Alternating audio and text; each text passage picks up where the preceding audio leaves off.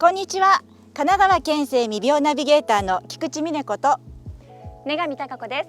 今日はビュートピアキャンプサイトにやってまいりました。オートキャンプ場でもありますので、デイキャンプはもちろん、宿泊も可能なんですよ。今日はここで美味しいコーヒーの入れ方を教えてくださる方がいるということで、焚き火をしながらコーヒーを楽しみたいと思います。こんにちは、マイスターの矢崎です。今日はよろしくお願いいたします。よろしくお願いします。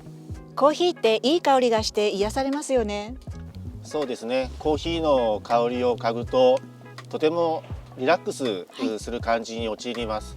コーヒーの香りには直接的には嗅いだ時に脳から出るアルファ波の効果が今研究されています。浅入りと深入りはどんな違いがありますか？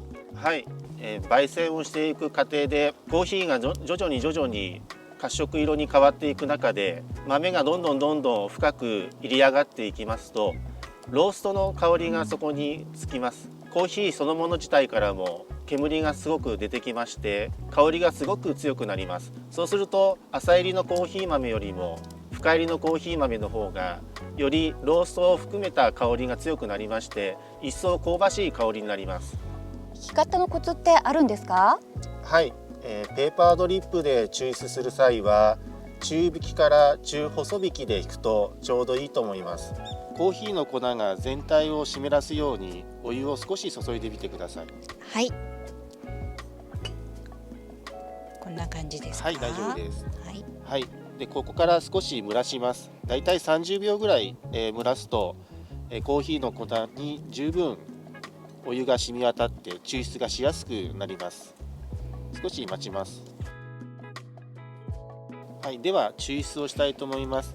はい、少しずつのの字を書くような形で真ん中からお湯を少しずつ注いでみてください。はい。のの字ですね。はい、できるかしら。こんな感じで。はい、もう少しいいですよ。はい。コーヒーの粉がどんどん膨らんでくるのは、コーヒーが焙煎したての証拠です。で、お湯が少し抽出されてきて下がってきましたら、外の壁を崩さないようにしてまた真ん中からお湯を足してあげてください。はい、そうですね。はい、それを何度か繰り返しながら抽出をしていきます。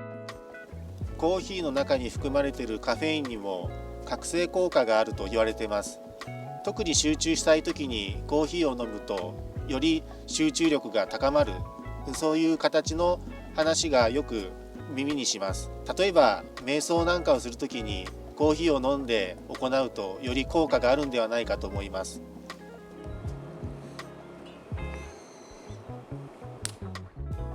県西地域は豊かな自然が魅力。他にもキャンプ場やデイキャンプを楽しめる場所がたくさんありますので、ぜひ皆さんも足を運んでみてくださいね。